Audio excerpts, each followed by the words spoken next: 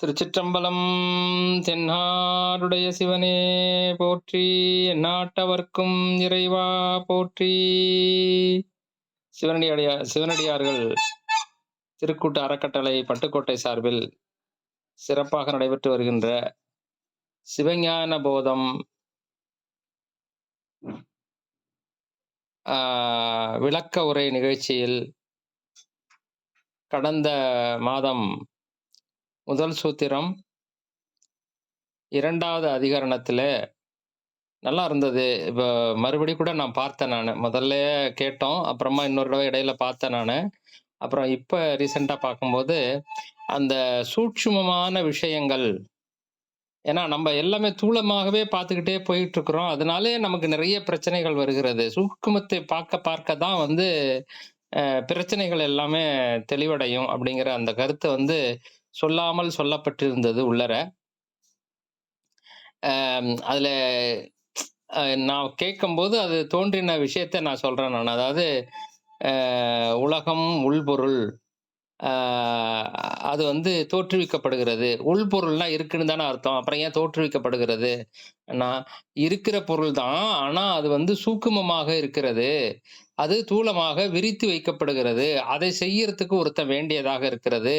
அவன்தான் முதல்வனாகிய பெருமான் அப்படின்னு சொல்லி, அதற்கான காரணம் என்ன அப்படிங்கிறதையும் சொல்லி, அது மறுபடியும் அதை அவர் ஒடுக்கிறதுக்கான காரணத்தையும் சொல்லி ரொம்ப அற்புதமா இருந்தது அந்த 2வது அதிகரணம்.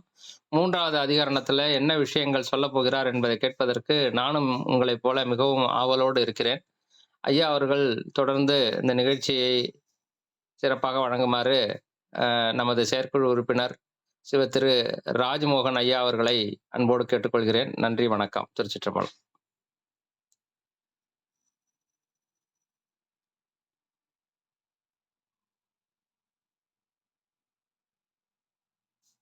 சிவாயனம் சிவாயனம் சிவாயனம். எனக்கு எல்லாமுமாக இருந்து என்னை வழிநடத்தி கொண்டிருக்கக்கூடிய திருவண்ணாமலை அருணாச்சல ஈஸ்வரனை வணங்கி இந்த நிகழ்ச்சியை தொடங்குகின்றேன். இந்த நிகழ்ச்சியிலே கலந்து கொண்டிருக்கக்கூடிய அத்துணை அடியார் பெருமக்களினுடைய திருவடிகளை போற்றி வணங்கிக் கொள்கின்றேன். இப்பொழுது சிவஞான போதத்திலே முதல் சூத்திரத்திலே 3வது அதிகரணத்தை நாம் பார்க்க இருக்கின்றோம். இந்த 3வது அதிகரணம் என்று சொல்கின்ற பொழுது முதல் சூத்திரத்தினுடைய முடிவிற்கு நாம் இருக்கின்றோம். யாராவது ஒருவர் வந்து இந்த முதல் சூத்திரத்தை சொல்ல முடியுமா? அவன் அது ஆரம்பிச்சு சொல்ல முடியுமா? யாராச்சும் ஒருத்தவங்க மைக் ஆன் பண்ணிட்டு தெரிஞ்சவங்க சொல்லுங்க. ஐயா நான் சொல்றேன். அவன் அவள் அவள் அது எனும் அவள் சொல்லுங்க, முழுசா சொல்லுங்க. வினைமையின் அந்தம் ஆதி என்பனார் புலவர். ஐயா திருச்சிற்றம்பலம். திருச்சிற்றம்பலம் திருச்சிற்றம்பலம். சொல்லுங்கம்மா, நீங்க சொல்லுங்க பாப்போம். சும்மா நான் சொல்லிடுறேன். அவன் அவன் அது எனும் அவை எனும் வினைமையின், இது முதல் கூறு. 2வது கூறு தோற்றிய திரியே ஒடுங்கி மலத்து உலகா, இது முதல் சூத்திரத்தினுடைய 2வது கூறு. 3வது கூறு அந்தம் ஆதி என்பனார் புலவர். இந்த 3வது கூற்றுக்கு தான் நம்ம இப்ப விளக்கத்தை நாம் பார்க்க போகின்றோம். இந்த 3வது கூற்றை எடுத்த உடனேயே அநேக ஈஸ்வரவாதிகள் என்று சொல்லப்படுகின்ற ஒரு மாற்று மதத்தினர் சில தடைகளை முன்வைக்கின்றார்கள். அந்த தடைகளுக்கு விளக்கம் கொடுக்கின்ற வகையிலே நம்முடைய இந்த மெய்கண்ட தேவ நாயனார் முதல் நூற்பாவில் 3வது அதிகரணத்தில் விளக்கங்களை கொடுக்கின்றார். என்ன விதமான தடைகளை அவர்கள் வைக்கின்றார்கள்? முதலிலே இந்த 3வது அதிகரணத்திலே மெய்கண்ட தேவ நாயனார் என்ன சொல்ல வருகிறார் என்பதை முதலில் நான் சொல்லிவிடுகின்றேன். இந்த அதிகரணம் என்ன சொல்லுகிறது என்றால், சிவ பரம்பொருள்தான் முழு முதல் கடவுள், அவனே மகா சங்கார காரணன். இந்த கருத்தை வலியுறுத்துவதுதான் 3வது அதிகரணம். இந்த கருத்திற்கு தடையாக அநேக ஈஸ்வரவாதிகள் சொல்லுகின்ற கருத்துக்களை முதலில் நாம் முன்வைக்கின்றோம். அவர்கள் என்ன சொல்றாங்கன்னாக்கா, ஐயா நீங்க சொல்றது தவறு, சிவபரம்பொருள் மட்டும் முழு முதற் கடவுள் அல்ல, அவன் ஒருவனே கடவுளும் அல்ல. உதாரணமாக பல நுண்ணிய வேலைப்பாடுகள் நிறைந்த ஒரு தேர் இருக்கின்றது. அந்த தேரிலே பலவிதமான சிற்பங்கள் இருக்கின்றது.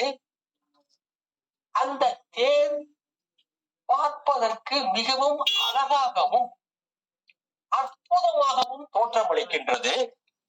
அப்படிப்பட்ட தேரினை யாரோ ஒருவன் தான் செய்கின்றார்களா? இல்லையே.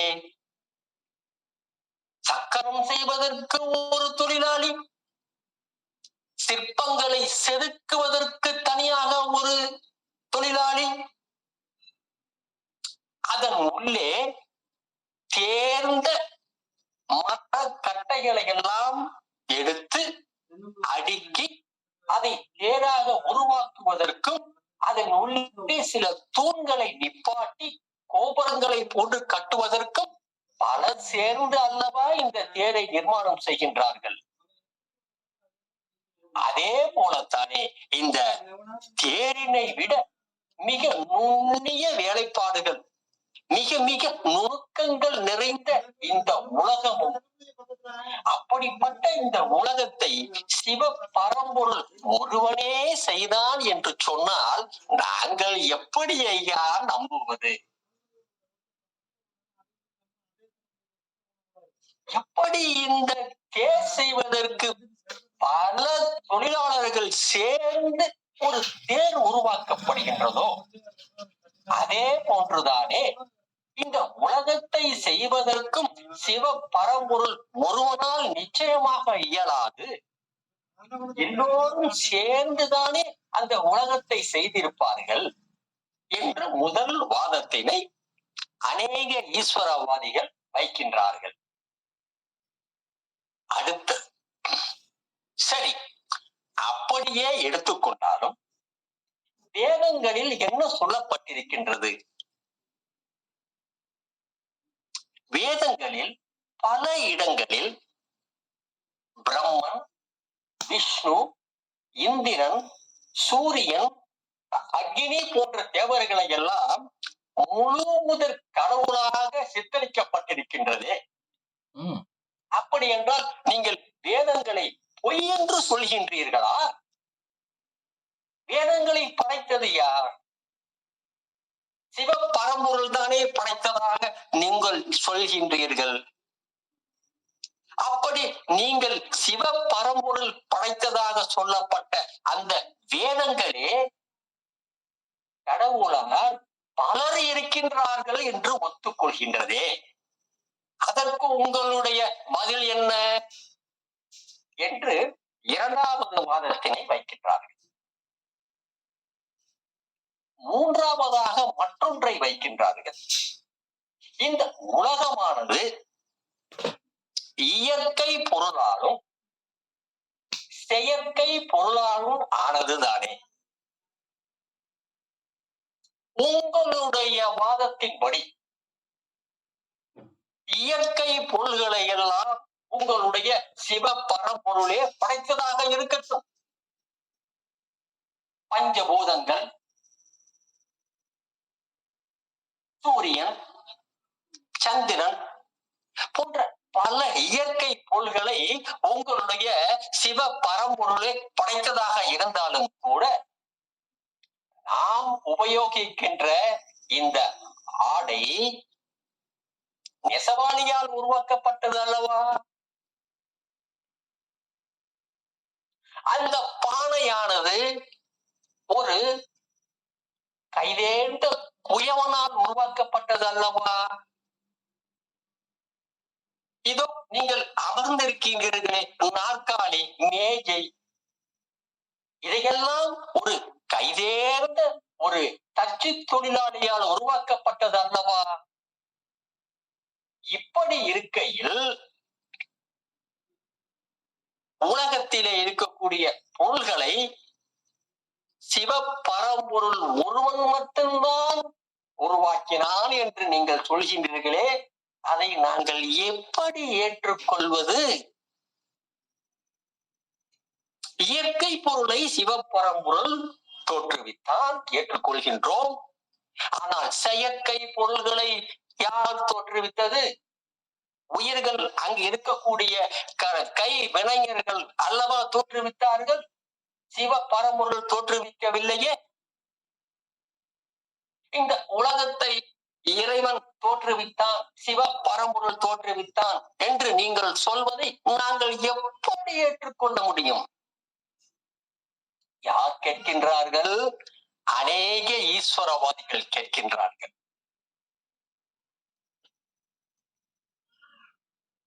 கடைசியாக ஒன்றை சொல்கின்றார்கள், கவனித்து பாருங்கள்.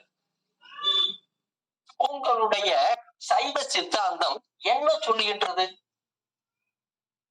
உயிர்களுடைய நோக்கம் என்ன? உயிர்கள் எதை சென்று அடைய வேண்டும்? உயிர்களுடைய உச்சபட்ச நிலை என்ன? நீங்கள் சொல்வது முக்தியைத்தானே சொல்கின்றீர்கள். அந்த உயிர்கள் இறைவனை அடைந்து சிவ தன்மையினை, சிவமாம் தன்மையினை பெற்று சிவமாகவே அதுதான் உயிர்களுடைய முக்கியமான கடைசிபட்ச ஒரு உச்சாணி கொம்பில் இருக்கக்கூடியது. ஆணவத்தில் அகப்பட்டு கொண்டிருக்கின்ற அந்த உயிர்கள் தன்னுடைய இயல்பை உணர்ந்து சிவத்தன்மையை பெறுவதுதானே என்று சொல்கின்றீர்கள். அப்படி சிவத்தன்மை பெற்ற பிறகு அந்த உயிர்களும் சிவத்தை போன்றே 5 தொழில்களை புரியும் என்று நாங்கள் சொன்னால் நீங்கள் ஏன் அதை ஏற்றுக்கொள்ள மாட்டேன் என்று சொல்கின்றீர்கள்? சிவத்தன்மையை பெற்ற அந்த உயிர்களும் சிவத்திற்கு சமமாக 5 தொழில்களை புரியும் என்று நாங்கள் சொல்கின்றோம் என்று அநேக ஈஸ்வரவாதிகள் ஒன்றன் பின் ஒன்றாக பல கருத்துக்களை முன்வைத்து மெய்கண்ட தேவ நாயனாருடைய 3வது அதிகாரணத்தில் சொல்லப்பட்ட சிவ பரம்பொருளே முழு முதற் கடவுள், அவனே மகா சங்கார காரணன் என்று சொல்வதை மறுக்கின்றார்கள். இப்படி ஒன்றின் பின் ஒன்றாக அநேக ஈஸ்வரவாதிகள் வைத்த கருத்திற்கு இப்பொழுது நம்முடைய மெய்கண்ட தேவ நாயனார் எப்படி ஒவ்வொன்றாக அவர்களுக்கு பதிலை கொடுத்து அவர்கள் சொல்கின்ற கருத்தினை மறுக்கின்றார் என்று பாருங்கள். முதலிலே அவர்கள் சொன்னது தேர் பற்றிய உதாரணத்தை சொன்னார்கள். மெய்கண்ட தேவ நாயனார் சொல்கின்றார், அநேக ஈஸ்வரவாதிகளே, நீங்கள் சொல்வது எல்லாம் சரிதான். இருந்தாலும் ஒரு தேரினை செய்வதற்கு ஒரு 10-15 தொழிலாளர்கள் சேர்ந்து செய்கின்ற பொழுது அவரவர்களுடைய இஷ்டத்துக்கு செய்வார்களே, ஆனால் அந்த தேர் முழுமையாக வருமா? ம். பதில் சொல்லுங்கள். அவர்களுக்காக வேண்டி ஒரு தலைமையாக இருக்கக்கூடிய ஒரு தச்சு பொறியாளர் என்று சொல்லலாம், மேஸ்திரி என்று சொல்லலாம். அவர்கள் இந்த சக்கரமானது இத்தனை அளவிற்கு ஆழம் இருக்க வேண்டும், இத்தனை அளவிற்கு உயரம் இருக்க வேண்டும், இந்த சிற்பமானது இந்த இடத்திலே இத்தனை அடி உயரத்தில் இருக்க வேண்டும், இந்த தூணானது இத்தனை அடி உயரத்திலே இப்படி செய்யப்பட்டிருக்க வேண்டும் என்று ஒருவன் சொல்ல, அதுபடிதானே அந்த தேர் நிர்மாணிக்கப்படுகின்றது. அப்படி யார் ஒருவன் சொல்கின்றானோ அவனைத்தான் நாங்கள் முழு முதற் கடவுள் சிவ பரம்பொருள் என்று சொல்கின்றோம் என்று முதல் கருத்தினை அவர் மறுக்கின்றார். இரண்டாவது கருத்தினை, இயற்கையை எல்லாம் சிவபரம்பொருள் படைத்தார், செயற்கை பொருள்களை எல்லாம் இங்கு இருக்கக்கூடிய உயவர்கள், தச்சு தொழிலாளர்கள், மற்ற வேலையாட்கள் படைத்தார்கள் என்று சொல்கின்றீர்களே, அவர்களை எல்லாம் இயக்குவது யார்? அவர்களுக்குள்ளே இருந்து அவர்களை இயக்கி அந்த பொருட்களை எல்லாம் செய்ய சொல்வது அந்த சிவ பரம்பொருள் தானே. ஆகவே ஒரு அவாந்தரம் என்று சைவ சித்தாந்தத்தில் சொல்வார்கள். அவாந்தரம் என்றால் இடைப்பட்டது. ஒரு இடைப்பட்ட பொருளாக சிவ பரம்பொருள் நின்று அந்த கை வினைஞர்களை இயக்கி அந்த பொருள்களை செய்ய வைக்கிறார் என்பதுதான் உண்மை என்று இரண்டாவது கருத்தினை, அவர்கள் சொன்ன இரண்டாவது கருத்தினை மறுக்கின்றார். மூன்றாவதாக, வேதங்களிலே பிரம்மன் என்றும் விஷ்ணு என்றும் இந்திரன் என்றும் சூரியன் அக்னி என்றும் பல கடவுளார்கள் இருக்கின்றார்கள் என்று வேதம் சொல்கின்றதே. ஆனால் நீங்கள் சிவ பரம்பொருளை மட்டுமே முழுமுதற் கடவுள் என்று சொல்கின்றீர்களே, இது எப்படி சாத்தியப்படும் என்று அநேக ஈஸ்வரவாதிகள் கேட்பதற்கு மிக மிக அற்புதமான முறையிலே சிவஞான பாடியத்திலே சிவஞான முனிவர் ஒரு உதாரணத்தை காட்டுகின்றார். அது என்ன உதாரணம் என்றால், உபநிடதங்களில் இந்த சைவ சித்தாந்தத்தை மிக அற்புதமான முறையிலே விளக்கக்கூடிய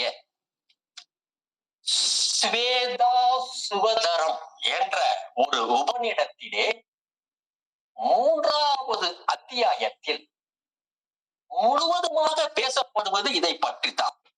எதை பற்றி? வேதங்களில் மற்ற கடவுளார்களை சொல்லி இருக்கின்றார்கள். அப்படி என்றால் அவர்கள் சிவ பரம்பொருளுக்கு சமமானவர்களா? இல்லை என்ற கருத்தினை பலவிதமான உதாரணங்களோடு சுவேதா சுவதரம் என்று சொல்லப்படுகின்ற உபநிடத்தில் 3வது அத்தியாயத்தில் மிக மிக தெளிவாக சொல்லப்பட்டிருக்கின்றது, பல உதாரணங்களுடன். அந்த கருத்தினை சிவஞான மாபாடியத்தில் சிவஞான முனிவர் பதிவு செய்கின்றார்.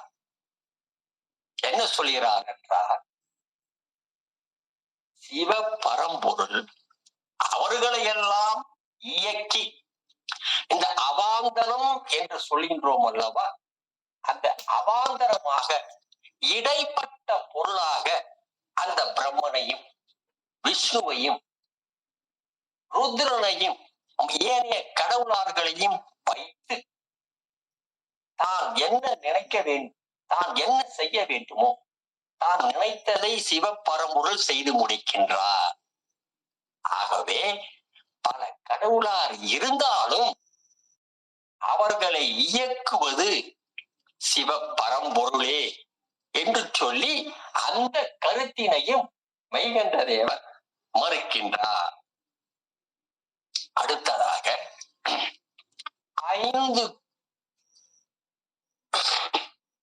ஐந்து தொழில்களை முக்தி பெற்ற ஒரு ஆன்மா செய்யும் என்று நீங்கள் சொல்கின்றீர்களே, அதற்கு சாத்தியமே இல்லை. ஏனென்றால் இந்த ஆன்மாவானது கட்டு நிலையிலே ஆணவத்தினுடைய பிடியில் அகப்பட்டு அதற்கு அடிமையாக இருந்தது. முக்தி நிலையிலே சிவ ஆனந்தத்தில் மூழ்கி சிவபெருமானுடைய அந்த சிவ பரம்பொருளுடைய ஆனந்தத்தில் திளைத்து எண்ணற்ற சந்தோஷத்தில் இருந்தது. இந்த நேரத்தில் அந்த ஆத்மா, அந்த உயிர் சிவபெருமானுக்கு அடிமையாக இருந்தது. அடிமை என்றால் சிவபெருமானுடைய சிவ தன்மையை பெற்று சிவமாம் தன்மை என்று சொல்வார்கள். சார்ந்ததன் வண்ணம் என்று சொல்வார்கள். சார்ந்ததன் வண்ணம் என்றால் சிவபெருமானை முக்தி நிலையிலே சார்ந்து இருக்கின்ற பொழுது அந்த சிவமாம் தன்மையை பெற்று அதிலே திளைத்து சிவபெருமான் சொல்லுகின்ற சிவபெருமானிடம் இருந்து கிடைக்கின்ற அந்த இன்பத்திலே மூழ்கி அவருக்கு அடிமையாக இருக்குமே தவிர அவர் புரிகின்ற 5 தொழில்களை நிச்சயமாக அந்த உயிர் செய்யாது என்பதை மிக தெள்ள தெளிவாக விளக்கி சொல்கின்றார். இப்படி அநேக ஈஸ்வரவாதிகள் சொன்ன 5 விதமான தடைகளையும் மறுத்து ஒவ்வொன்றாக சொல்லி தன்னால் சொல்லப்பட்ட கருத்திற்கு ஆதாரங்களையும் அதற்கு உரிய சரியானதொரு எடுத்துக்காட்டுகளையும் மெய்கண்ட தேவனார் சொல்லி அதை நிறுவுகின்றார். அடுத்தது இவர் சொன்ன கருத்திற்கு மேலும் சில கருத்துக்களை சொல்லி தன்னுடைய கருத்துக்களை அவர் நிரூபிக்கின்றார். எப்படி என்றால், இந்த உலகம் இருக்கின்றது. இந்த உலகம் ஏற்கனவே நாம் பார்த்தோம், முதல் அதிகரணத்திலே பார்த்தோம். இந்த உலகமானது உயிருள்ள பொருள்களாலும் உயிரற்ற பொருள்களாலும் ஆனதுதான் இந்த உலகம். இதிலே உயிரற்ற பொருள்களை விட்டு விடுவோம்.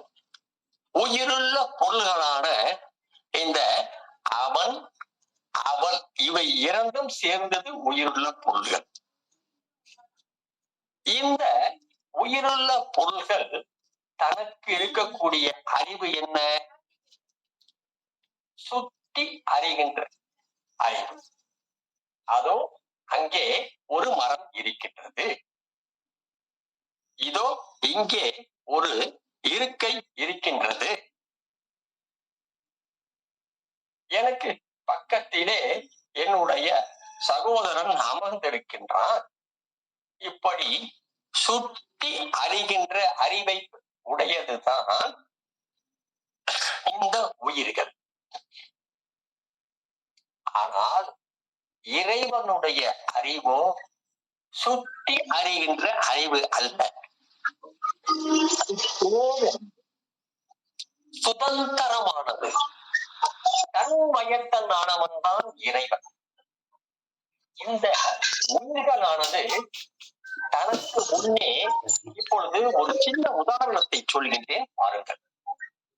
சூரியன் மிக நன்றாக வெடித்து உதித்துக் கொண்டிருக்கின்றது. கண்ணொளியும் சூரிய ஒளியும் கலந்து அந்த உயிர்கள் மிக நன்றாக பொருட்களை எல்லாம் பார்க்கின்றார்கள். தனக்கு எதிரே உள்ள பொருட்களை மட்டும்தான் அந்த உயிர்கள் பார்க்குமே ஒழிய தன் முதுகிற்கு பின்னால் உள்ள உயிர்களால் பார்க்க முடியுமா? ஒரு கேள்வியை நீங்கள் கேட்டு பார்த்தால் நிச்சயமாக முடியாது. தனக்கு எதிரே இருக்கின்ற பொருள்களை பார்க்கும்.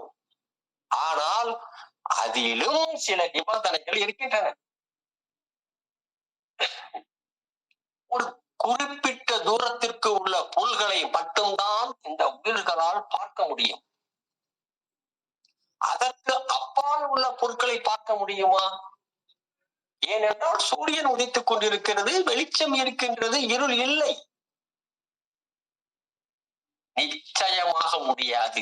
ஒரு குறிப்பிட்ட தூரத்திற்கு அப்பால் உள்ள பொருட்களை இந்த உயிர்களால் பார்க்க முடியாது. ஆகவே இந்த உயிர்கள் எல்லாம் சுற்று உணர்வு, சிற்றறிவு உடையது.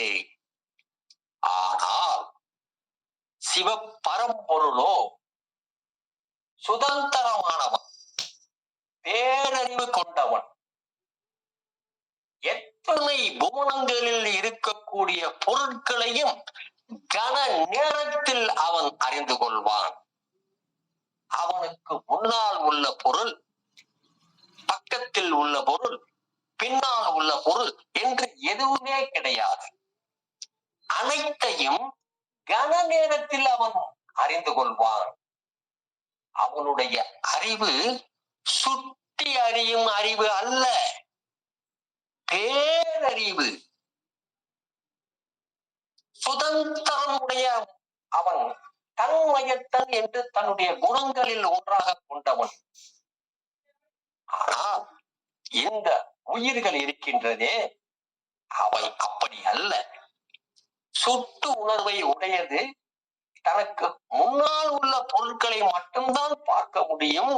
அதுவும் ஒரு குறிப்பிட்ட தூரத்தில் மட்டும்தான்.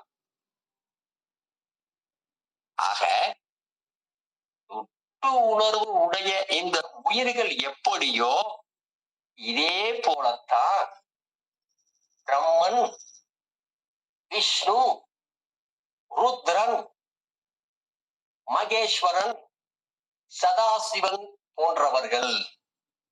இந்த இடத்திலே நீங்கள் மிக மிக முக்கியமாக கவனிக்க வேண்டும். உயிர்கள் எப்படியோ அதே போன்ற நிலையினை உடையவர்கள் தான் ஒரு உயிர்களாக பாவிக்கப்படுவதுதான் இந்த பிரம்மன், விஷ்ணு, ருத்திரன், சதாசிவன், ஈஸ்வரன் போன்றவர்கள். இவர்கள் அத்துணை பேருமே சிவ பரம்பொருளின் கட்டுப்பாட்டில் இருப்பவர்கள். இவர்கள் அனைவருமே சங்கார தொழிலை செய்பவர்கள். பிரம்மன் சங்கார தொழிலை செய்கின்றான். எப்படி என்றால், நம்முடைய சைவ சித்தாந்தத்திலே 36 தத்துவங்கள் இருக்கின்றது அல்லவா? அதிலே இருந்து வருகின்ற பொழுது முதல் தத்துவமான பிருத்திவி தத்துவம், நிலம் என்று சொல்லப்படுகின்ற பிருத்திவி தத்துவம். அந்த பிருத்திவி தத்துவத்தை அடிப்படையாக கொண்டது 108 புவனங்கள். நன்றாக தேவைப்படுகின்றவர்கள் குறித்துக் கொள்ளலாம். அந்த பிருத்திவி தத்துவத்தை அடிப்படையாக கொண்டது 108 புவனங்கள். அதிலே காலாக்கினி புவனம் முதல் வீரபத்திர புவனம் வரையிலே இருக்கக்கூடிய இந்த 108 புவனங்களில் இருக்கக்கூடிய அனைத்தையும் சம்காரம் செய்யக்கூடிய சக்தியை பிரம்மதேவன் கொண்டிருக்கின்றான். அடுத்ததாக நிலத்திற்கு அடுத்து வருகின்ற தத்துவம் என்ன? அப்பு என்று சொல்ல நீர் தத்துவம். நீரிலிருந்து ஆன்ம தத்துவத்தில் மொத்தம் 24. அதிலே நிலம் என்ற தத்துவம் போய்விட்டது. மீத இருக்கின்ற நீரில் ஆரம்பித்து பிருத்திவி வரையில, பிரகிருதி மாயை வரையிலான அந்த 23 தத்துவங்களுக்கும் அதிபதியாக இருக்கின்றவன் விஷ்ணு. அவனுடைய கட்டுப்பாட்டில் இருப்பது 56 புவனங்கள். அந்த 56 புவனங்கள் யாதென்றால் அமரேச புவனத்திலிருந்து ஸ்ரீகந்த புவனம் வரையிலான அந்த 56 புவனங்களை தன்னுடைய கட்டுப்பாட்டில் கொண்டவன் விஷ்ணு. இந்த புவனங்களை எல்லாம் சம்ஹாரம் செய்வது விஷ்ணு. இதற்கு மேல் உள்ள புவனங்களை சம்ஹாரம் செய்யக்கூடிய சக்தி விஷ்ணுவிடம் கிடையாது. 36 தத்துவத்திலே ஆன்ம தத்துவம் சொல்லியாகிவிட்டது. அதற்கு அடுத்தாற் போன்று வருவது வித்யா தத்துவம். இந்த வித்யா தத்துவம் 7. இந்த வித்யா தத்துவத்துக்கு அதிபதியாக இருக்கக்கூடியவன் ருத்ரன். இந்த ருத்ரனுக்கு 27 புவனங்கள், வாம புவனம் முதல் அங்குஷ்ட மந்திர புவனம் வரையிலான அனைத்து உயிர்களையும் சம்ஹாரம் செய்யக்கூடிய சக்தியை பெற்றவன் ருத்ரன். இதற்கு 36 தத்துவத்திலே ஆன்ம தத்துவம் முடிந்து விட்டது, வித்யா தத்துவம் முடிந்து விட்டது. மீதம் இருக்கின்ற சிவ தத்துவத்திலே சுத்த வித்தை, ஈஸ்வரம், சதாக்கியம், இந்த மூன்றுக்கும் அதிபதியாக சுத்தமாயை தத்துவம் என்று சொல்லப்படுகின்ற மகேஸ்வரன் அதிபதியாக இருக்கின்றான். இந்த மகேஸ்வரனுக்கு 18 புவனங்கள் கட்டுப்பாட்டில் இருக்கின்றது. அந்த 18 புவனங்கள் என்னவென்றால் வாம புவனம் முதல் சதாசிவ புவனம் வரையிலான 18 புவனங்களை தன்னுடைய கட்டுப்பாட்டில் வைத்திருக்கின்றார். இதில் இருக்கக்கூடிய அத்துணையும் சம்ஹாரம் செய்வது இந்த மகேஸ்வரன். இதற்கு அடுத்தாற் போன்று சிவ தத்துவத்தில் மீதம் இருப்பது சக்தியும் சிவ தத்துவமும். இந்த இரண்டிற்கும் அதிபதியாக இருக்கக்கூடியவன் சதாசிவன். நிவர்த்தி புவனம் முதல் அனாசிருதை புவனம் வரையிலான 15 புவனங்களில் இருக்கக்கூடிய அனைத்தையும் சம்ஹாரம் செய்பவன் இந்த சதாசிவன். இதைத்தான் நாம் சைவ சித்தாந்தத்திலே நிவர்த்தி கலை, பிரதிட்டை கலை, வித்தை கலை, சாந்தி கலை, சாந்தி அதீத கலை என்று சொல்கின்றோம். இப்படி ஒவ்வொருவர்களுடைய கட்டுப்பாட்டில் இருக்கக்கூடிய புவனங்களில் சம்ஹாரம் செய்பவர்கள் இவர்கள். சரி, அத்தனை புவனங்களும் முடிந்த பிறகு, அத்தனை புவனங்களும் ஒடுங்கிய பிறகு இந்த ஐவரும் மீதம் இருப்பார்கள் அல்லவா?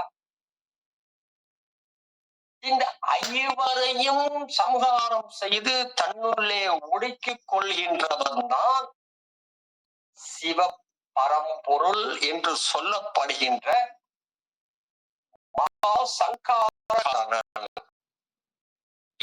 இந்த மூன்றாவது கூட்டிலே சொல்ல வந்திருக்கின்றது. எந்த இடத்திலேயும் சிவஞான தேவரோ மகா சங்காரகாரன் ஒரு துணி உபயோகப்படவில்லை. சுவதரம் என்று சொல்லப்படுகின்ற சைவ சித்தாந்த அப்படியே மிக தெல்ல தெளிவாக விளக்கக்கூடிய இந்த உபநிடத்திலே சிவ பரம்பொருளை மகா சங்கார காரணன் என்று சொல்லப்பட்டிருக்கின்றார். காரணம், சங்கார காரணன் பலர் இருந்தாலும் அந்த பல சங்கார காரணர்களையும் சங்காரம் செய்யக்கூடிய மகா சங்கார காரணன் இந்த சிவ பரம்பொருளே என்று கருத்தினை வலியுறுத்தி சொல்வதுதான் இந்த 3வது அதிகாரம்.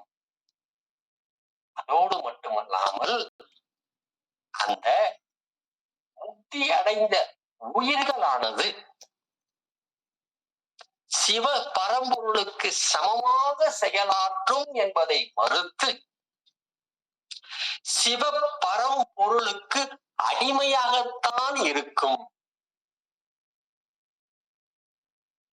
ஏனென்றால் இந்த சிவமாம் தன்மையை பெற்ற அந்த ஆத்மாக்கள் அனைத்தும் சிவ பரம்பொருளுடைய ஆனந்தத்தில் மூழ்கி சிவ பரம்பொருளின் கட்டுப்பாட்டில் அதற்கு அடிமையாக இருக்குமே ஒழிய தன்னையே சிவ பரம்பொருளாக நினைத்துக் கொண்டு 5 தொழில்களை புரியவே புரியாது என்று மிக தெள்ளத் தெளிவாக மெய்கண்ட தேவநாயனார் நிரூபிக்கின்றார். இப்படி இந்த 3வது அதிகாரத்திலே மகா சங்கார காரணன் சிவ பரம்பொருள் தான். உலகிற்கு பல கடவுள்கள் முதற் கடவுள் என்று சொன்னாலும் கூட உண்மையில் மகா சங்கார காரணன் என்று அழைக்கப்படுகின்ற சிவ பரம்பொருள் தான் முதற் கடவுள் என்று நிரூபணம் செய்கின்றார். இத்துடன் 3வது அதிகரணம் முடிகின்றது. இப்பொழுது இந்த முதல் நூற்பாவில் சொல்லப்பட்ட ஒரு சில நுணுக்கங்களை நான் இப்பொழுது உங்களுக்கு சொல்ல இருக்கின்றேன். முதல் நூற்பாவில் முதல் அதிகரணத்தில் சொல்லப்பட்டது என்ன? இந்த உலகமானது உயிருள்ள பொருள்களாலும் உயிரற்ற பொருள்களாலும் ஆன ஒரு தொகுதி. உலகமானது உள்ள பொருள். இந்த உலகம் ஒருவனால் செய்யப்பட்டது. இந்த உலகம் 3 தொழிலுக்கு உட்பட்டது என்று சொல்லிக்கொண்டே வருகின்றார் மெய்கண்ட தேவநாயனார். இப்பொழுது உங்களுடைய மனதிலே ஒரு கேள்வி எழுந்திருக்க வேண்டும். என்ன கேள்வி என்றால், முதலாவது நூற்பாவானது பதியினை பற்றி இறைவனை பற்றிய உண்மைகளையும் இறைவனுடைய குணாதிசயங்களையும் சொல்வதற்காக அல்லவா இந்த முதல் அதிகரணம் முதல் நூற்பா வந்தது. ஆனால் இதிலே இறைவனை சொல்லுவதை விட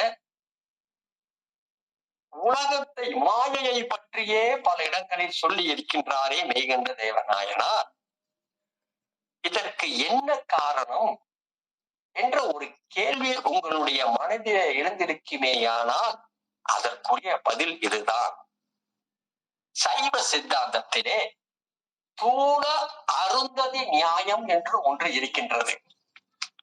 அந்த தூள அருந்ததி நியாயம் என்று சொல்லப்படுவது என்னவென்றால், நம்முடைய திருமண சடங்கிலே பொழுது அருந்ததி நட்சத்திரத்தை பார்ப்பதற்காக ஒரு சடங்கு நிகழ்ச்சி நடக்கும்.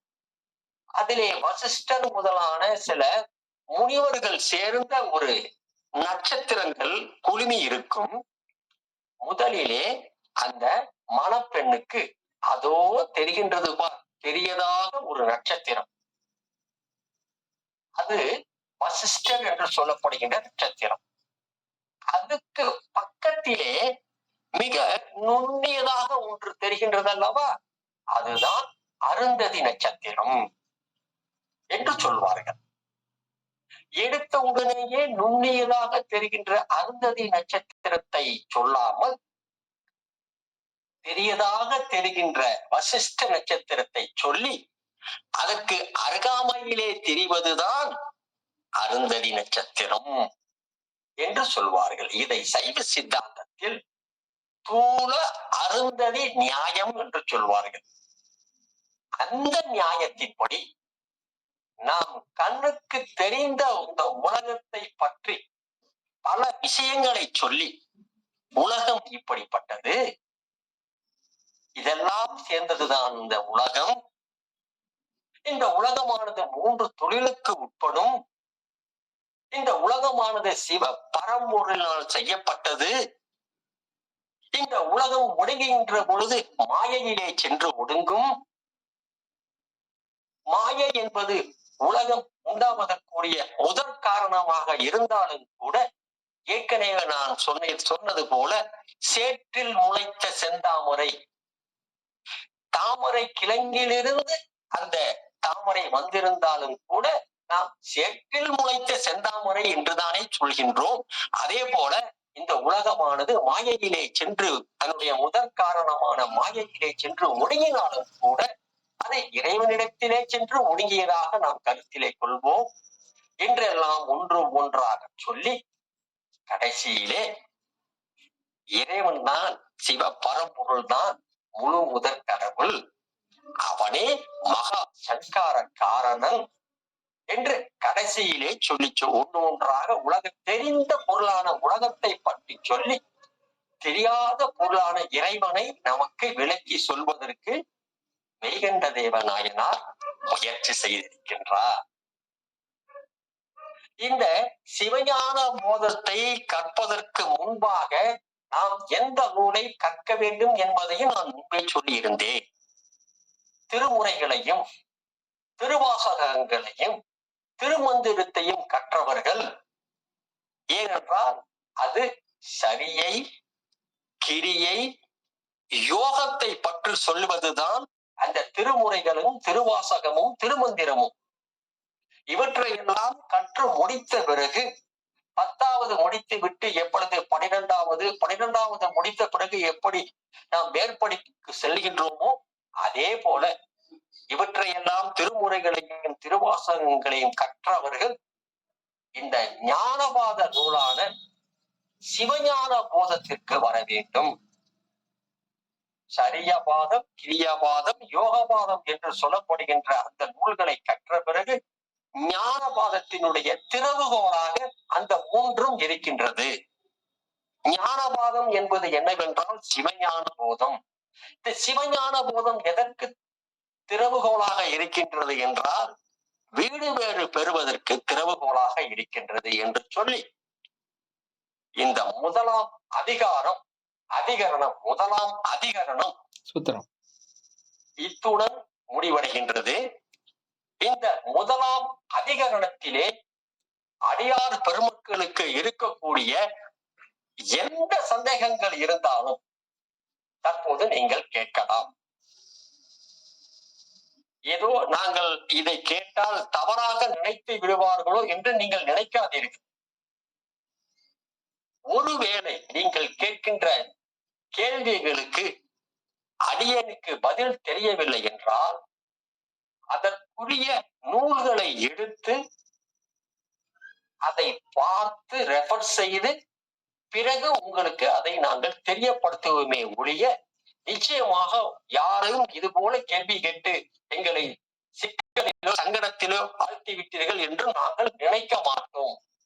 ஆகவே தயவு செய்து இந்த சிவஞான போதத்தின் முதல் நூற்பாவில் இருக்கக்கூடிய 3 அதிகரணத்திலே உங்களுக்கு எந்த விதமான சந்தேகங்கள் இருந்தாலும் நீங்கள் தாராளமாக இப்பொழுது பதிவு செய்யலாம். சரவணன் ஐயா, இருக்கக்கூடிய சந்தேகங்களை யாரெல்லாம் கேட்கின்றார்களோ ஒவ்வொருவருக்காக நீங்க அனுமதி கொடுங்க. அதற்குரிய நம்ம விளக்கங்களை இறைவன் அருளால் கொடுப்போம்.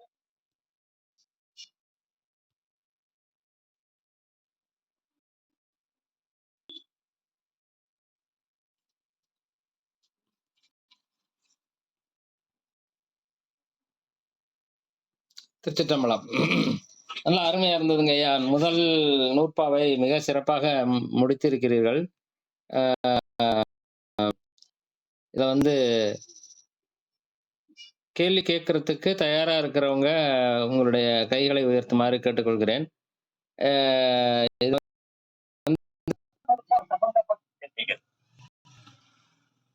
ஆமா, முதல் நூற்பா சம்பந்தப்பட்ட கேள்விகள் எது இருந்தாலும் கை உயர்த்தலாம். அம்பிகா ராம நம்ம கை உயர்த்திருக்கீங்க. இது உயர்த்தினீங்களா இல்ல முதல்ல உயர்த்திருக்கீங்களான்னு தெரியல.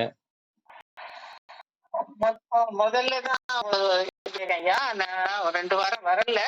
ஆனா ஐயா பேசுறதெல்லாம் கேட்டுட்டு இருக்கேன். ரொம்ப அருமையா இருக்குது ஐயா. நன்றி நன்றி. நிறைய விஷயங்கள் நமக்கு தெரியாம இருக்கிறது நல்ல தெரியப்படுத்துறது. ஆஹா இவ்வளவு நம்ம நூல்கள்ல நம்ம இவ்வளவு விஷயங்கள் இருக்குதுங்கிறத கேட்கறதுக்கே பெரிய ஆனந்தமா இருக்கு ஐயா. ஏன்னா இதெல்லாம் தெரியாம இருந்ததுக்கு நீங்க தெரியப்படுத்துறது வந்து எங்களுக்கு பெரிய ஒரு பொக்கிஷம் மாதிரி இதெல்லாம் நாங்க நினைக்கிறேன் ஐயா. நன்றி. சிற்றம்பலம் அதுக்கு மேல எனக்கு சொல்ல தெரியல. நன்றி நன்றி நன்றி. சிவஞான போதத்தை யார் ஒருவர்கள் கற்க வந்து விட்டார்களோ கேட்க வந்து விட்டார்களோ அவர்கள் எல்லோரும் சிவனுக்கு அருகாமையில் வந்ததாக நீங்கள் நினைத்துக் கொள்ளலாம். அதிலே இருக்கக்கூடிய பொருள்களை எல்லாம் உண்மையான முறையிலே நீங்கள் புரிந்து கொள்ளக்கூடிய பட்சத்திலே எண்ணில்லாத ஆனந்தம் உங்களை வந்து சேரும். அதற்கு பெயர்தான் சிவானந்தம்.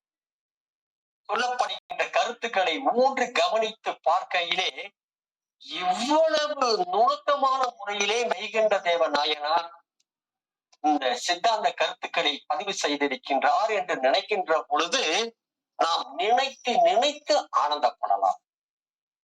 தயவு செய்து கேள்விகளை கேட்குமாறு கேட்டுக்கொள்கின்றேன். ஒவ்வொரு விஷயத்தையும் ரொம்ப அழகா ரொம்ப என்ன சொல்றது, ஒரு தாய் எப்படி ஒரு குழந்தைக்காக பார்த்து பார்த்து செய்வாளோ அது மாதிரி சிவஞான போதத்தை பெருமான் நமக்கு அருளிய அதே சிவஞான மெய்கண்டார் அவர்கள் அதை நல்ல சிறப்பாக செய்து அதற்கு பிறகு மாபாடியத்திலே சிவஞான மாமுனிவர் அவர்கள் அதை இன்னும் விளக்கமாக நமக்கு புரிகின்ற மாதிரி நல்ல விளக்கமாக புரிகின்ற மாதிரி செய்திருக்கிறார். அதே அவர்கள் ரொம்ப அருமையா சொல்லிட்டு இருக்காங்க. அப்படின்ற பேர்ல இருந்து வந்திருக்கீங்க. அவங்க கை உயர்த்திருக்கீங்க. மைக் ஆன் பண்ணுங்க. உங்களுடைய கேள்விகள் சந்தேகங்கள் என்ன இருந்தாலும் கேட்கலாம். வணக்கம். நமஸ்காரம் ஐயா. வணக்கம். மிக சிறப்பான உங்களுடைய உரை வீச்சிருந்தது. நான் சைவ சித்தாந்த நூல்களை படித்திருந்தாலும் தெளிவாக மிக அற்புதமாக ஒரு சின்ன குழந்தை கூட புரிந்து கொள்ளக்கூடிய அளவுக்கு திரும்ப திரும்ப மிக அழகாக உங்களுடைய உச்சரிப்பு எல்லாம் மிக சிறப்பா இருந்துச்சு. இறைவன் உங்களுக்கு தொடர்ந்து நல்ல ஒரு வாய்ப்பை எங்களுக்கெல்லாம் கொடுத்திருக்கார்கள். உங்கள் மூலமாக ரொம்ப மகிழ்ச்சியா இருக்கிறது. தொடர்ந்து உங்களுடைய நல்ல பணிகளை ஆற்ற வேண்டும் என்று தருணத்தில் கேட்டுக்கொள்கிறேன். சிவாய நம ஐயா. சிவாய நம. ரொம்ப நன்றி, ரொம்ப நன்றிங்க ஐயா. வேற யாரு? வெற்றி செல்வின்றவங்க கை உயர்த்திருக்கீங்க. உங்களுடைய கருத்துக்களை பதிவு பண்ணலாம். கேள்விகள் எதுவும் இருந்தா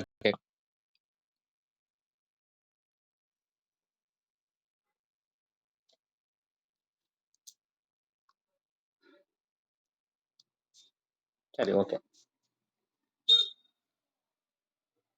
இல்ல அவங்க கை உயர்த்திருக்காங்க. கொஞ்சம் மைக் ஆன் பண்ணுங்க. வெற்றி செல்வின்றவங்க.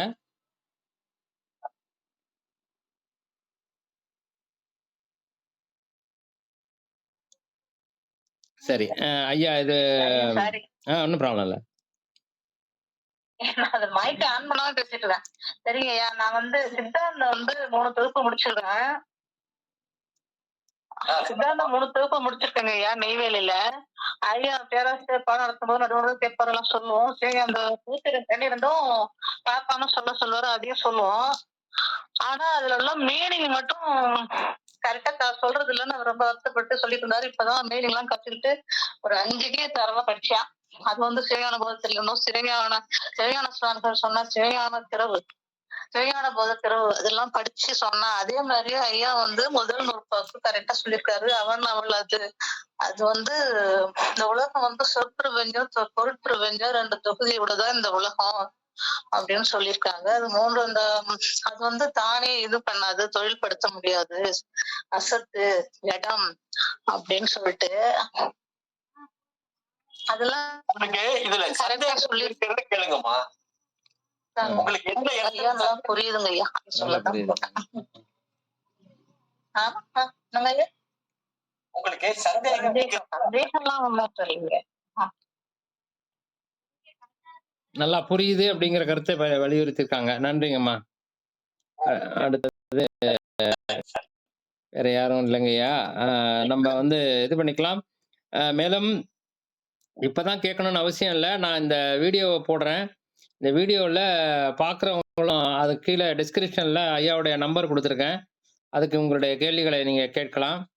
அத வந்து எப்படி 2வது அதிகரணத்தை விளக்குகின்ற போது அந்த பொருள்களுடைய இதுகள் நெறைய பேர் கேட்டிருக்காங்க அப்படின்னு சொல்லி அத சொன்னாரு. அது மாரி யாராவது கேட்டிருந்தாங்கன்னா, அந்த இன்ஃபர்மேஷனையும் அடிஷனல் இன்ஃபர்மேஷனா குடுத்துருவாரு அடுத்த வகுப்புகள்ல என்று கூறிக்கொண்டு, சிறப்பாக வந்து கலந்து கொண்ட அத்தனை பேருக்கும் இப்ப ம். ஐயா, ஒரு ம், ம், ம். ஐயா ஒரு நிமிஷம். சொல்லுங்க, சொல்லுங்கய்யா. இப்ப வந்து கிட்டத்தட்ட 17 அடியார்கள் இருக்கிறாங்க. ம். இப்ப வகுப்புல 17 அடியார்கள் இருக்கிறாங்க. நான் ஒரு கேள்வி கேட்கிறேன், யாராச்சும் சொல்றாங்கன்னு பாப்போமா? கேளுங்கய்யா. நான் ஒரு கேள்வி கேட்கிறேன்.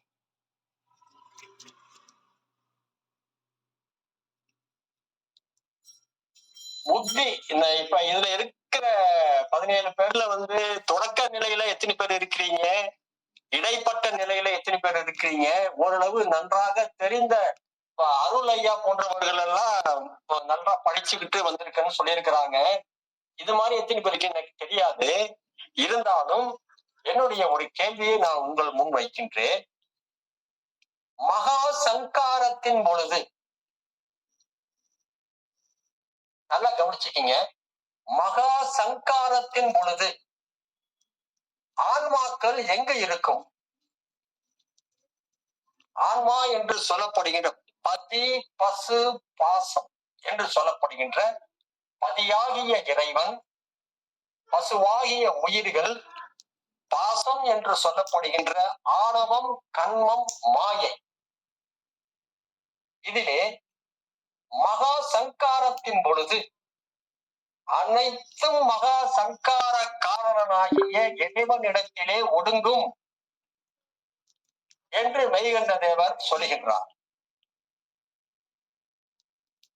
ஆனால் மகா சங்காரத்தின் பொழுது அனாதியாகவே இருக்கக்கூடிய பசு என்று சொல்லப்படுகின்ற உயிர்கள் எங்கு ஒடுங்கும்?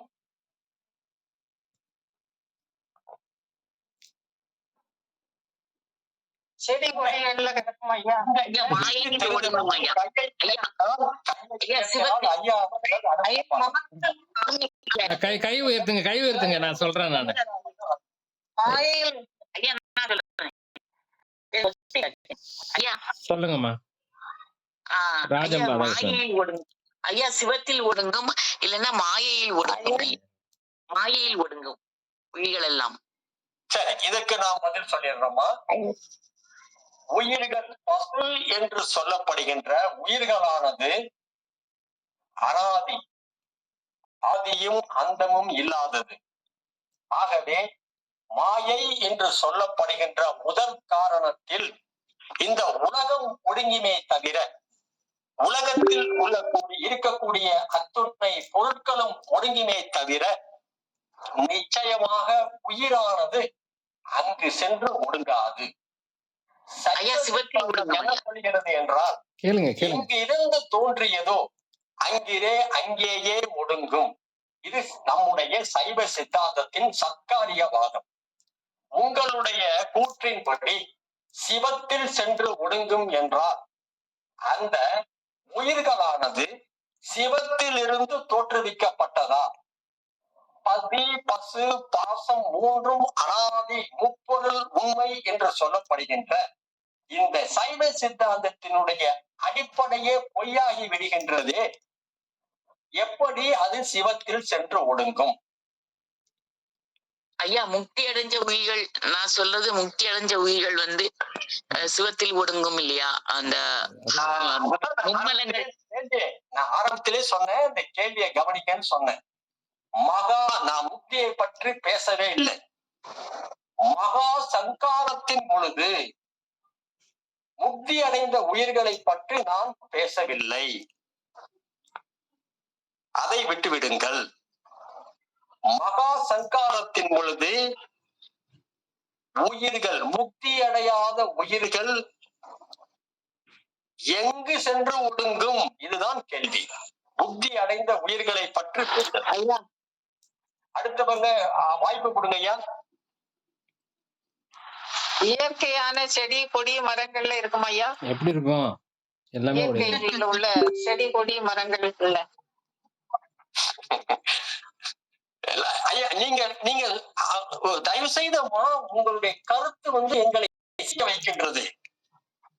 இந்த கருத்தினை நான் பதிவு செய்து கொள்வேன். இங்கே இதை நான் தவறு என்றோ என்னால் மறுக்க நிச்சயமா முடியாது.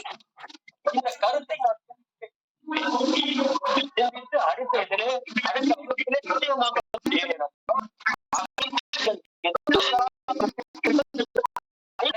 எல்லாம் கொஞ்சம் மைக் ஆஃப் பண்ணுங்க. எல்லாரும் மைக் ஆஃப் பண்ணுங்க. கை உயர்த்துங்க. நான் உங்களை கூப்பிடுறேன். நன்றி. ஐயா பேசிட்டு இருக்காங்க. உங்களுடைய கருத்திலே நிச்சயமாக ஏதோ ஒரு உண்மைத்தன்மை இருப்பதாக நான் நினைக்கின்றேன். அதை பற்றி நாம் சிந்தித்த பிறகு அடுத்தடுத்த வகுப்பிலே இதை பற்றி நாம் பேசுவோம். அடுத்தவர்களுக்கு வாய்ப்பு கொடுங்கள் ஐயா. நான் சொன்னது கேள்வி என்னவென்றால், முக்தி பெற்ற உயிர்களை பற்றி நான் பேசவில்லை. முக்தி அடையாத உயிர்கள் மகா சங்காரத்தின் பொழுது எங்கு இருக்கும்? மாணிக்கம் ஐயா கை உயர்த்திருக்கீங்க. உங்களுடைய கருத்துக்களை சொல்லுங்க. ஐயா, அது அனாதியா, அது தோற்றமும் இல்ல மறைவும் இல்லையா, அது ஒடுங்காதுங்க ஐயா. இருக்காது, அதுக்கு தோற்றமும் இல்ல, தோற்றம் இல்லாத அறிவும் இல்ல, அதனால ஒடுங்காது, அது தன்னாலே இருக்கும். எனக்கு வாய்ப்பு கொடுங்க. ஒரு நிமிஷம் இருங்கம்மா. மாணிக்கம் மாணிக்கம் மாணிக்கம்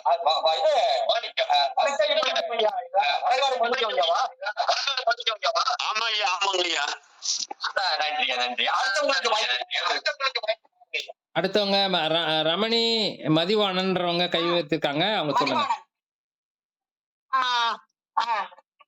திருவடி வணக்கம் ஐயா. சரவணன் ஐயாவுக்கும் ராஜமோகன் ஐயாவுக்கும் முதல்ல என்னுடைய வணக்கங்கள். வணக்கம். என்னுடைய புரிதல் வந்து உயிர்கள் வந்து ஆணவ மலத்துல கண்ணு காது ஒண்ணுமே தெரியாம அமுங்கி இருக்கும்ன்றது என்னுடைய பதில். உயிர்கள். வாழ்த்துக்கள்மா. நன்றி. அவங்க அனாதின்ற ஒரு பாயிண்ட் வச்சு நான் வந்து இறைவனும் அனாதி உயிர்கள் அனாதின்றது என்னுடைய புரிதல். அதனால வந்து ஆணவ மலத்துல வந்து ஒண்ணுமே தெரியாம இருக்கும்ன்றது என்னுடைய பதில் ஐயா. நன்றி ஐயா. எங்க இருக்கும்? ஒண்ணுமே தெரியாம எங்க இருக்கும்? ஆணவ மல இருளில் அடங்கி இருக்கும். ஆணவ மல இருளில் அடங்கி இருக்கும். ஆணவத்துக்குள்ள அடங்கி இருக்கும். மகா சங்காரத்தின் பொழுது அது எங்க இருக்கும்? எல்லாமே அவருக்குள்ளதானே ஒடுக்கம் ஐயா. அப்ப அவருக்குள்ளதான் இருக்கும். யாருக்குள்ள? மகா சங்காரகன் பெருமாளுக்குள்ளதானே ஒடுங்கிடுது. இந்த முதல் அதிகாரத்தினுடைய நோக்கம் ஏன் வந்து என்னுடைய அந்த 3ஆம் அதிகாரத்தை சீக்கிரமா முடிச்சுக்கிட்டு இந்த இருக்கிறாங்க வந்தோம்னா இத நீங்க எல்லாரும் புரிஞ்சுக்கணுங்கிறதுக்குதான். நல்லா பாருங்க, சைவ சித்தாந்தம் சத்காரியவாதம் என்ன சொல்லுது? எந்த பொருள் எங்கு தோன்றியதோ அங்கு சென்று ஒடுங்கும். நம்முடைய சித்தாந்தத்தின் அடிப்படை என்ன? முப்பொருள் உண்மை என்ன? பதி, பசு, பாசம் மூன்றும் அனாதி. ஆதியும் அல்ல, அந்த ஏதால எப்பொழுதும் தோற்றுவிக்கப்பட்டதல்ல, யாராலும் தோற்றுவிக்கப்பட்டதல்ல, மூன்றும் அனாதி, தோற்றம் இல்லாதது. அப்படி இருக்கின்ற பொழுது இது எப்படி போய் மகா சங்கார காரணத்திலே ஒடுங்கும் என்பதை நீங்கள் புரிந்து கொண்டால் மட்டும்தான் இந்த உண்மையிலேயே நீங்கள் சிவஞான போதத்தினுடைய முதல் அதிகாரணத்தை புரிந்து கொண்டிருக்கின்றீர்கள் என்று அர்த்தம். முதல் நூற்பாவை ஒருவர் புரிந்து கொண்டிருக்கிறார் என்றால் இதற்குரிய தெளிவு உங்களிடத்திலே இருக்க வேண்டும். மாற்று மதவாதிகளாக இருந்தாலும் சரி, உங்களிடத்திலே இடக்கு முடக்காக சிலர் கேள்விகள் கேட்பதாக இருந்தாலும் சரி, இதை நீங்கள் புரிந்து கொண்டிருந்தால் மட்டும்தான் அவர்களை எதிர்கொள்ள முடியும். நீங்களும் தெளிவாகி அந்த ஆனந்தத்தில் மூழ்க முடியும் என்ற காரணத்தினாலே இந்த 3ஆம் அதிகரணம் மிக சிறியதாக இருந்தது முடித்துக் கொண்டு இந்த ஒரு டிஸ்கஷனுக்கு நம்ம வந்திருக்கின்றோம். அடுத்தவர்களுக்கு வாய்ப்பு கொடுங்க. Okay, thank you. நன்றி. அடுத்தது ராஜம் ராதாகிருஷ்ணன் நம்ம கை உயர்த்திருக்கீங்க. உங்களுடைய கருத்துக்களை பதிவு செய்யலாம். ஐயா, சைவ சித்தாந்தத்துல ஒரு சொல்லுவாங்க, இல்லது தோன்றாது உள்ளது அழியாதுன்னு. அது மாதிரி அது அனாதியிலேதான் அனாதியா இருக்கும்ங்கிறது ஐயா. பதி பசு பாசம் அது அனாதியே இருக்கும் அப்படின்னு நம்ம படிச்சிருக்கோம்ல ஐயா, அப்படின்னு என்னோட புரிதல் ஐயா. உங்க பேருமா? ராதாகிருஷ்ணன் ஐயா. நான் முதல் அதிகரணத்துக்கு நான் கிளாஸுக்கு வரல ஐயா, நான் இப்பதான் வந்திருக்கேன் கேக்குறேன். அது என்னோட கேட்டபடி. ஆமா ஐயா, வாய்ப்பு கொடுங்க. அவ்வளவுதாங்க ஐயா, கை உயர்த்திருக்காங்க. நீங்க உங்களுடைய கருத்துக்களை சொல்லுங்க, நம்ம முடிவு செய்ய தரலாம், நிறைவு செய்து. நிறைவாக இந்த முதல் நூற்பகையினுடைய இறுதியிலே சொல்லுங்கம்மா. சொல்லுங்க, ஏதோ சொல்ல வந்தீங்க. வெற்றி சொல்லியம்மா.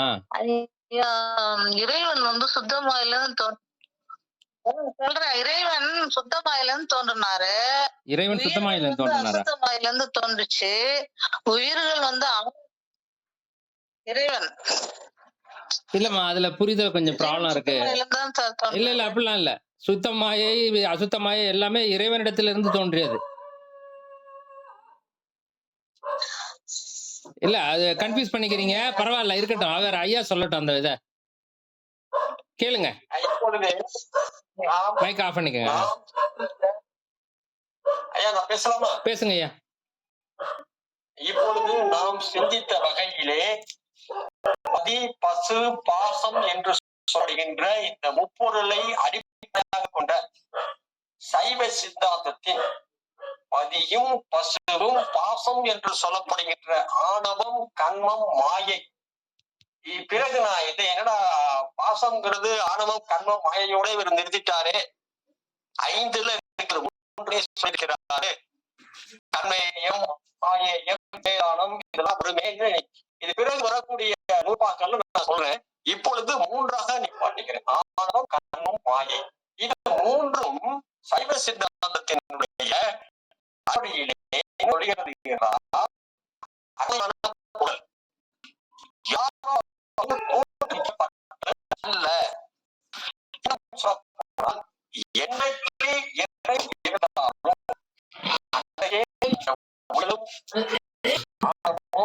கர்மமும் மாயையும் தோற்றுவிக்கப்பட்டதா? இல்லவே இல்லை.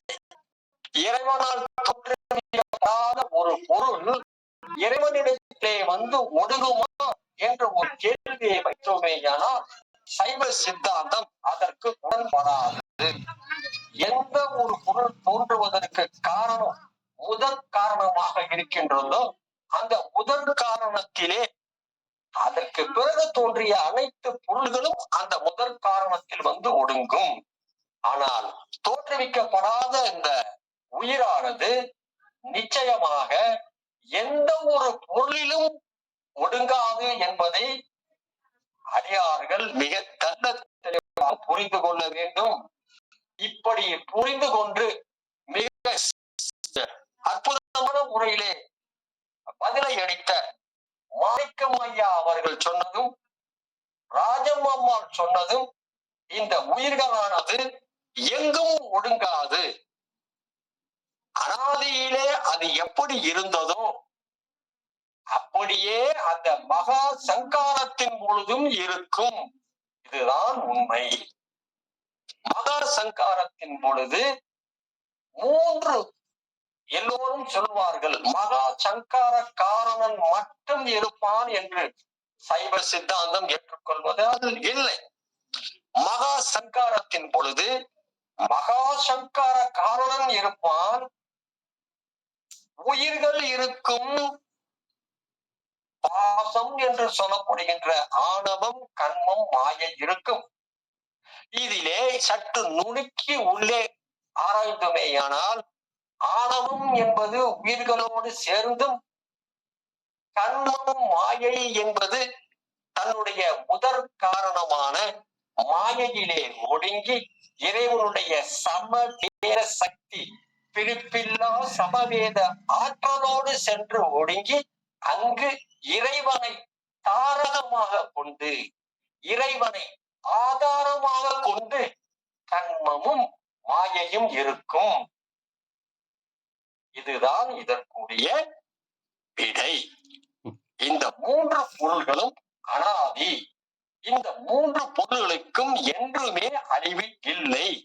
எந்த ஒரு நிகழ்ச்சியின் பொழுதும், எந்த ஒரு சங்காரத்தின் பொழுதும் இந்த மூன்று பொருள்களுக்கும் அழிவு என்பது கிடையாது. அது அந்தந்த இடத்துல அது இருக்குமே ஒழிய மற்ற பொருட்கள் சதாசிவன் முதற்கொண்டு, மகேஸ்வரன் முதற்கொண்டு, விஷ்ணு, ருத்ரன், பிரம்மன் அனைவரும் ஒடுங்குவார்கள். ஆனால் இந்த உயிர்களும் கண்மம் மாயையும் எங்கேயும் சென்று ஒடுங்காது. கண்ம மாயை இறைவனை ஆதாரமாக கொண்டு இருக்கும், உயிரும் ஆணவமும் தனியாக ஆரம்பத்தில் எப்படி அனாதியாக இருந்ததோ அப்படியே அதுவும் இருக்கும் என்று சொல்லி இந்த வகுப்பினை நான் முடிக்கொள்கின்றேன். இதிலே நீங்கள் கருத்து வேறுபாடு இருக்கக்கூடிய பட்சத்தில் என்னுடைய 9443075122 இந்த எண்ணிற்கு எப்பொழுது வேண்டுமானாலும் நீங்கள் எனக்கு தொடர்பு கொண்டு மேலும் விளக்கத்தை கேட்கலாம். அதற்குரிய சந்தேகத்தை நான் சொல்ல விளக்குவதற்கு ஆசைப்படுகின்றேன். இதிலே இந்த நேரத்திலே மாணிக்கம் ஐயா அவர்களுக்கும் ராஜம் அம்மா அவர்களுக்கும் என்னுடைய பணிவான வணக்கத்தையும், அவர்கள் மிகவும் மேலும் மேலும் இந்த சிவஞான போதத்தின் உள்ளே வந்து கற்று சிவபெருமானுடைய திருவடிக்கு அவர்கள் மிகவும் பிடித்தவர்களாக இருக்க வேண்டும் என்று சொல்லி என்னுடைய இந்த வகுப்பினை இத்துடன் முடித்துக் கொள்கின்றேன். சிவாய நம, சிவாய நம, சிவாய நம. நன்றி.